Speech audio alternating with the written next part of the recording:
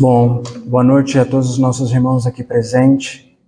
É com muito carinho, com muita alegria, que nós estamos aqui estendendo o nosso abraço fraterno a todos vocês nesse último dia do mês de maio. Logo, logo, a metade do ano está batendo na nossa porta e logo, logo, o final do ano já chega. Parece que foi ontem que a gente esteve aí comemorando a virada do ano.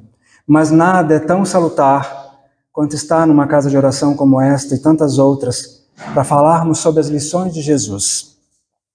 Lições essa que ele mesmo, propriamente dito, vindo, encarnado nesta terra, traz consigo as suas lições da Boa Nova. Lições essas que nos transformam na busca da convivência fraterna, solidária, para com todos os povos, sem qualquer preconceito, sem qualquer julgamento. E para tanto, para com isso, ele traz essas lições para que a gente regozije sobre seus exemplos, traga conosco essas exemplificações no nosso dia a dia. E para isso, nos atentemos ao Evangelho. O Evangelho nada mais é do que as lições dele. E esse Evangelho que ele nos traz, que exemplifica, que nos dá o conforto a cada um de nós, nos ajuda a construir o nosso caminho. Um caminho que é guardado para que a gente não sofra, para que a gente não venha atravessar dificuldades tão desnecessárias. A vida por si só já nos chama. Até porque a necessidade que nós temos são kármicas. Necessidades kármicas que a própria reencarnação nos traz na própria lei divina, que é a lei de causa e efeito. Portanto, as provas que teremos que enfrentar, das quais não podemos fugir. Então são essas lições que nós precisamos trazer no nosso dia a dia, para que possamos então, meus irmãos, não trazer as dificuldades tão desnecessárias quanto aquelas que já trazemos por si só. Se a gente trouxer essas necessidades que não nos cabe, com certeza o nosso caminho será muito mais dificultoso do que aquilo que a gente está preparado para seguir.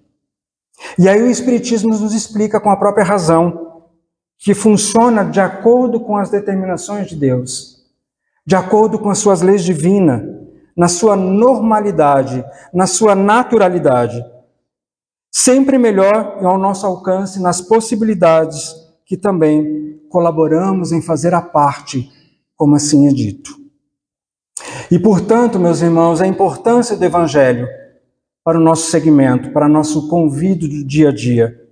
Um livro que tem que se tornar como um livro guia, um farol que nos traz o consolo, a transformação das nossas próprias atitudes do nosso dia a dia, o que nos chama às nossas responsabilidades.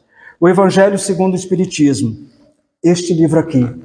Portanto, esse livro ele é atemporal. O que quer dizer um livro atemporal? Ele é tão moderno quanto, neste ano, ele faz 168 anos. Ou seja, mais de um século. E que traz a condição de trazer essas lições como se fossem atuais.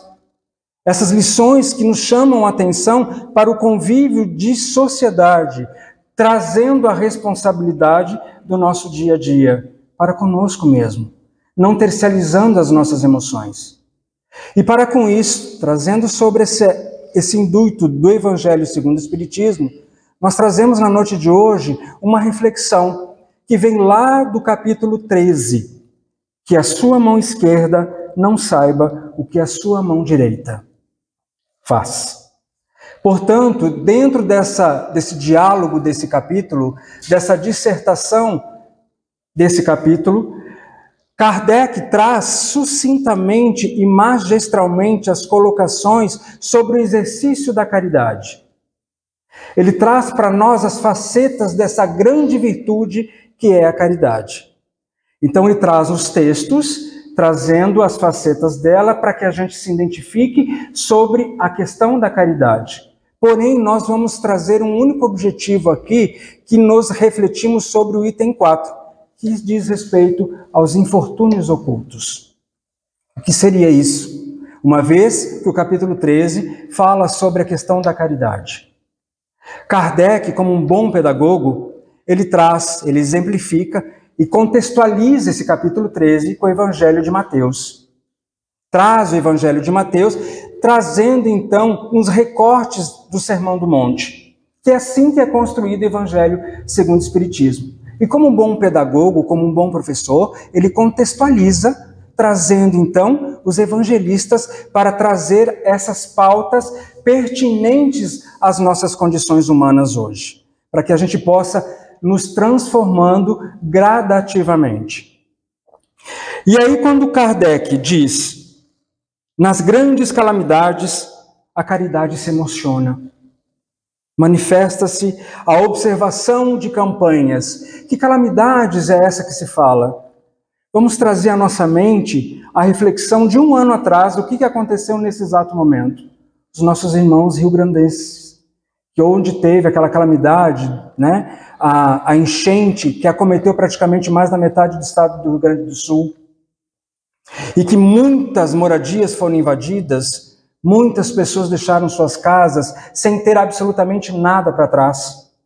Calamidades essas que persistem no nosso dia a dia. Eu estou trazendo esse exemplo do Rio Grande do Sul porque comoveu o país inteiro e nos desperta a solidariedade em ajudar. Os infortúnios ocultos naquele momento começam a se aparecer. As dificuldades, o sofrimento, os desesperos daqueles irmãos que estavam perdendo tudo naquele exato momento. E nós, afastados disso, nos conduímos com a dor do próximo. Nos faz a reflexão de trazermos, de estarmos perto desses irmãos para poder estender a mão que seja, poder abrigá-los de alguma forma. E aí os infortúnios ocultos começam a aparecer. Mas essas são tragédias que a gente vê, que a gente presencia. Esses infortúnios pedem ajuda, pedem socorro. Mas Kardec ainda vai além. Dentro da sua descrição, Kardec diz ainda, dentre dessas observações, dessas tragédias coletivas, existem as milhares de tragédias particulares que passam despercebidas. Quando nós vivenciamos no mundo de provas e expiações como nós estamos agora, nós trazemos conosco dívidas, essas dívidas que a gente acabou de exemplificar, alguma delas no começo da minha fala, sobre as nossas questões ainda que erroneamente fizemos, sem ter esclarecimento, ou por impulso, ou por outras questões que não cabe aqui nós refletirmos sobre. Esses infortúnios ocultos nós trazemos em nossas almas como vazios, como algo inexistente, mas que a gente não consegue trazer uma resolução para esse infortúnio. Antes de eu preparar essa palestra, antes de preparar essa exposição, eu fui pesquisar muito mais, porque nós estamos no século XXI, no ano de 2025, onde a tecnologia ela é exuberante, como se fosse algo que pudesse sanar todas as nossas dificuldades. Mas por que ainda a gente existe dentro de nós esse vazio, essa incondição de estarmos tão longe da felicidade, tão longe de conquistarmos algo que faça com que a nossa condição de ser espírito tenha mais calma, mais cautela? É em função das nossas dívidas pretéritas que nós tivemos, em função dos desconfortos em que estamos aqui para resgatar e sanar essas dores, essas dívidas. Portanto, os infortúnios ocultos nos trazem essas reflexões, às vezes por meio de doenças tão graves que são acometidas na sociedade moderna do século XXI. E pasme, na pesquisa em que eu fiz hoje à tarde, hoje a Organização Mundial da Saúde tem como estatística mundial mais de 4 milhões de pessoas que se suicidaram e perderam a sua vida, abreviaram a sua vida por esses infortúnios ocultos, por essa falta de vida que naquele momento, no momento do desespero, no momento da aflição, não conseguem entender, não conseguem ter resposta. Mas muito mais próximos de nós, desta estatística, estão os nossos irmãos desesperados, ou que muito menos vêm às nossas portas, ou aqui nesta casa de oração pedir ajuda. sequer um prato de comida, aqueles irmãos que passam por provas tão pesadas como é não ter um teto, como é não ter um alimento. A dor do frio é tão grande quanto qualquer outra dor. A dor da fome é tão grande quanto qualquer outra doença que é nos acometida. São esses infortúnios ocultos que, sem pedir ajuda, sofrem dia após dia, mês após mês, ano após ano. E aí, esse capítulo 13 nos traz a reflexão de como podemos tentar sanar, ajudar, se comprazer sobre essas dores, que também são dores nossas. Se nós fizéssemos uma enquete agora, a todos nós, aqui nesta plateia, tenho certeza absoluta que nós traríamos pelo menos um item que nos incomoda, que nos traz, que lateja, que nos traz essa reflexão de dor, não tão de desespero, mas de incompreensão do ser, de nós mesmos. E, portanto, quando traz essas reflexões de dor, de incompreensão, nos traz o exercício da caridade, nos traz o exercício da empatia. E aí eu quero abrir um parênteses com relação à empatia. Quando nós falamos de empatia, obviamente a mente já nos traz a concepção de que é nos colocar no lugar do outro. Mas aí é um equívoco muito grande. Eu não posso me colocar no lugar do outro, porque aquele outro já pertence àquele determinado lugar. Quando eu faço o exercício de me colocar no lugar do outro, é como se eu transferisse as dores do outro para mim. Isso eu não posso fazer, porque cada um tem a sua individualidade. Mas então o que é empatia? O que é ser empático? É estar junto ao outro. É estar próximo ao outro. É estender a mão ao outro. Isso é empatia. É não deixar de ele ter as dificuldades, mas sim olhar com um olhar carinhoso, um olhar de caridade para com o outro. É trazer o exercício da prática da caridade para si. E nesse capítulo 13, Kardec traz um texto, na minha concepção, um dos mais lindos, que nos faz o exercício permanentemente da caridade. Ele nos convida, por meio desse texto, trazer para nós a grande reflexão do que é a caridade. Posso abrir uma particularidade minha aqui, de que eu sou novo no Espiritismo, e principalmente no estudo da doutrina. Só fazem 5 anos que eu estou. E ainda me considero absolutamente sem saber de nada, mas no exercício de viver, dia após dia, o que a doutrina nos traz como reflexão, como pensamento. E aí, quando eu me deparo deste capítulo 13, que me traz um conceito sobre caridade, sobre empatia, eu digo para vocês que eu me senti frustrado, porque eu tenho que desconstruir tudo aquilo que eu construí durante a minha vida inteira do que era caridade e do que era empatia. E percebo, além dessa desconstrução, de que tudo aquilo que eu entendia por caridade não é. Não é. E aí isso me frustrou muito. Ter que reaprender a aprender novamente, principalmente no exercício de que para mim já estava sanado, que era a caridade. E quando a gente faz esse exercício de desconstrução, é muito dolorido. E é isso que a doutrina espírita nos faz todos os dias. Desconstruir aquilo que para nós já estávamos perfeitamente sanados. Desconstruir as nossas atitudes, desconstruir os nossos pensamentos. E por isso que muito, quando se fala de espiritismo, da doutrina espírita, e se diz que não é para qualquer um, porque é o exercício de si só. De si só no sentido de que é você com você mesmo. Obviamente, no coletivo, no trabalho social, no trabalho da caridade. Nesse sábado à noite estamos falando de uma das maiores virtudes, todas elas são importantes. Mas a caridade exige um pré-requisito. Que pré-requisito é esse? A humildade. Eu preciso ser humilde para entender de que eu preciso entender e exercitar esta virtude da humildade para que eu possa tentar iniciar a compreensão da caridade. E aí esse texto que Kardec traz no item 4 dos infortúnios ocultos traz exatamente essa exemplificação do que seria a caridade completa. Portanto, eu peço a licença para vocês, para que eu não perca nenhum detalhe, porque Kardec ele foi extremamente sensível. Quando a gente fala de Kardec, a gente pensa que é aquele cara robusto, carrancudo, né? Tipo um professor ríspido, mas não. Kardec, quando ele faz as obras, quando ele descreve as obras, juntamente com os espíritos benfeitores, ele traz também a sua sensibilidade na escrita.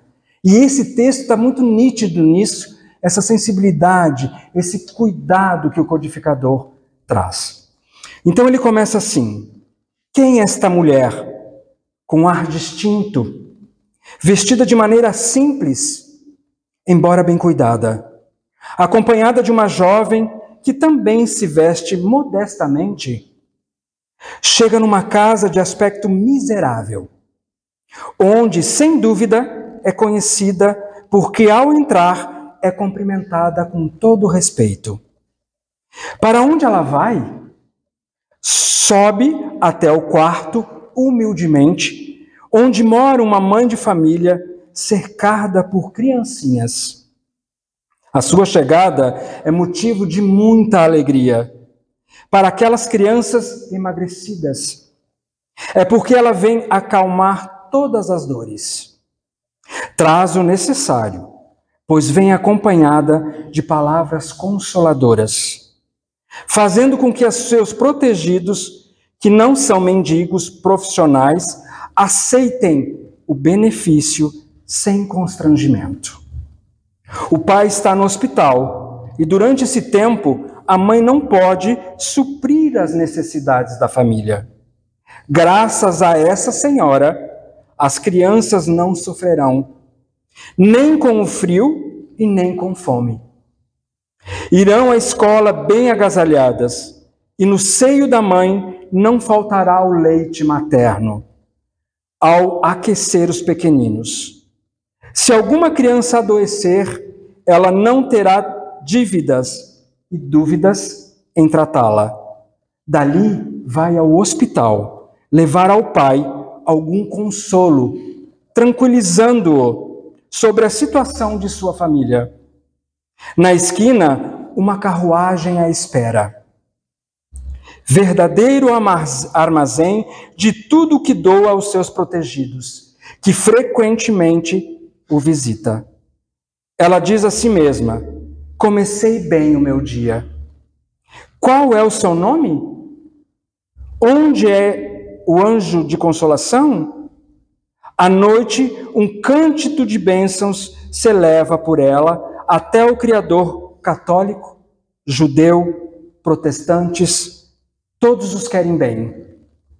Porque ela se veste de maneira tão simples, é para não insultar a miséria com o seu luxo. Porque se faz acompanhar de sua filha tão jovem, é para que ela aprenda como se deve praticar a caridade. Sua filha também quer fazer o bem, mas sua mãe lhe diz, abre aspas, o que você pode, minha filha, se nada tem a oferecer? Se eu lhe passar alguma coisa para dar aos outros, qual será o seu mérito? Na realidade, serei eu que estarei fazendo a caridade, e você receberá o mérito, o que não é justo. Quando visitamos os doentes, você vai me ajudar a cuidar deles. Me ajudará a cuidar deles. Pois isso sem dispensar o cuidado, que de alguma forma será o seu exemplo. Aprenda a costurar e poderá fazer as roupas para essas crianças. Assim dará algo que virá de você. Isso não lhe parece o suficiente? É assim que esta mãe, verdadeiramente cristã, prepara sua filha para a prática e as virtudes que o Cristo nos ensinou. É espírita? O que importa? Para a sociedade é uma mulher do mundo, pois a sua posição assim o exige. Mas ninguém sabe o que ela faz, pois não quer outra aprovação senão a de Deus e da sua própria consciência. Certo dia, um acontecimento imprevisto levou até a sua casa uma de suas protegidas, que andava a vender os bordados que ela fazia.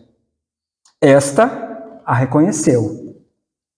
Quis pedir sua bênção, e ela disse: silêncio, ninguém pode saber que você me conhece. Não conte nada a ninguém. Assim também falava Jesus. E é desta forma, meus irmãos, que por meio desse texto, a gente tem uma reflexão absolutamente compassiva e de compaixão do exercício da caridade. Ela queria algo em troca. Ela precisava de algum aval daquela família. Ela, obviamente, pedia algo. Não. Perguntava se aquela família era católica, protestante, ateu, espírita. Não.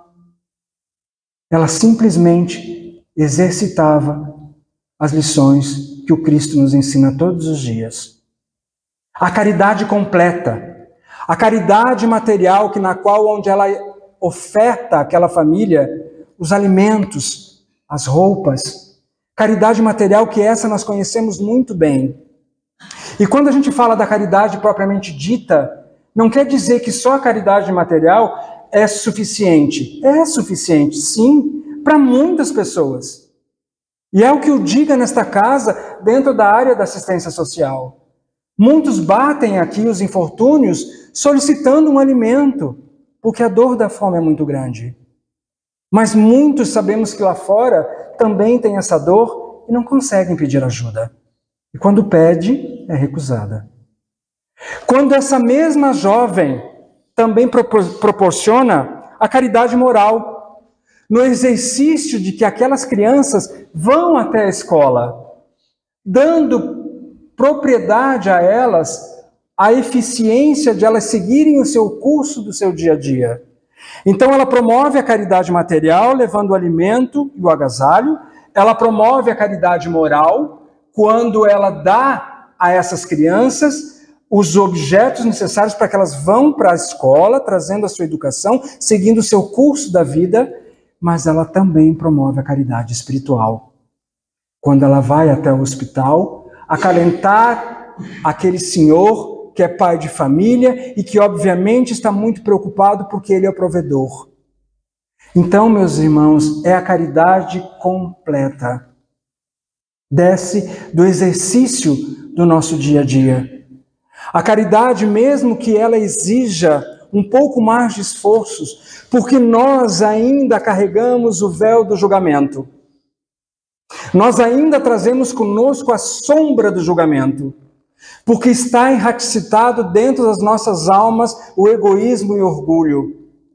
Quando eu oferto a alguém, ou quando eu oferto algo a um irmão mais desvalecido a mim, eu quero que ele me dê uma resposta sobre o que ele vai usar e sobre qual condição ele vai usar aquilo que eu estou dando. Como se ele me devesse qualquer satisfação disso. A caridade, meus irmãos, é quando eu dou algo sem pedir nada em troca. Independente do que aquela pessoa vai usar aquilo. Porque a caridade é feita de nós para com os outros e de com os outros para com a sociedade, é por conta deles. A minha caridade é o que basta perante aos olhos de Deus. E que não seja aquela caridade ostentativa, aquela que precise de ostentar. Porque à medida em que eu faço a caridade cobrando algo de alguém, eu não posso pedir a Deus uma recompensa maior, porque a recompensa eu já estou tendo, que é o reconhecimento da sociedade ou daquele indivíduo. Então são esses percursos da caridade que o Kardec traz para nós como a lição do 13º capítulo, neste exercício simples do nosso dia a dia. Ah, mas eu preciso completar e fazer todas essas tipos de caridade? Não. Mas se eu conseguir pelo menos fazer uma delas, eu estou no exercício do bem, eu estou no exercício da construção do homem, da mulher de bem. Mas para isso eu preciso exercitar a empatia, porque como nós dissemos, os infortúnios ocultos são aqueles irmãos que não apresentam nenhuma certa queixa, que aí entra na estatística da abreviação da vida. Eu estou falando só de um dos percursos, só uma das doenças. Mas muitos de nós clamam por ajuda, ou por orgulho, não pedem, ou pela própria dificuldade. E que a gente crie essa sensibilidade da empatia para que possamos reconhecer, numa sociedade em que promove o exercício material, ainda, e faz com que o meu bem ou que as conquistas materiais tenham um peso maior do que as minhas conquistas sentimentais. Mas o Espiritismo é contra os bens materiais de forma alguma. Os bens materiais são instrumentos que nos trazem a condição para também o crescimento evolutivo. Nós não fizemos votos de pobreza. É como e qual, de que forma eu coloco esse peso sobre essa condição desse bem material. E o que eu disponibilizo, se eu tenho uma condição, um recurso melhor, a quem eu disponibilizo isso aos meus irmãos desvalidos? É sobre esse exercício dos infortúnios ocultos que começamos a prestar atenção no nosso dia a dia. Às vezes, meus irmãos, a caridade está no simples fato de dar um bom dia, de dar um abraço afetuoso, de ligar perguntando: oi, como é que você está? Ouvir a voz do próximo mais próximo de vocês. A gente sabe que a tecnologia ela encurta caminhos, mas ela encurta tão resumidamente que nós deixamos de exercitar os sentimentos, de exercitar a empatia, que não é se colocar no lugar do outro, porque é impossível isso. A própria física nos chama a atenção. É me colocar próximo ao outro, é me colocar sensível ao outro, é ver nele o que poderia estar eu no estado desta pessoa ou deste ser. É nesse complemento, então assim, a gente não precisa fazer coisas miraculosas, por mais que a gente tenha a necessidade ou não tenha a condição, mas um abraço afetuoso, um bom dia, eu estou aqui, está precisando de ajuda? Vem, vamos conversar, vamos tomar um café. É nesse tipo também o exercício da caridade. Para que as nossas sombras cada vez mais seja diminuída pela luz e pelo Evangelho do Cristo. E para que eu possa finalizar, este livro aqui é do Divaldo Franco, de Joana de Ângeles, psicografado por Divaldo Franco, que é Jesus e Evangelho sobre a luz do Espiritismo. É um livro que Joana de Ângeles nos traz a reflexão mais profunda dentro da psicologia, da análise da psicologia, sobre os capítulos do Evangelho. E ela nos traz a seguinte mensagem quando fala dos infortúnios ocultos. Ela diz o seguinte: todos os seres são de essência divina. Todos os seres são de essência divina, porque são procedentes do psiquismo do Criador. Deus, que estabelece o processo da evolução mediante as experiências infinitas do progresso incessante. O nosso objetivo é evoluir, não temos como fugir.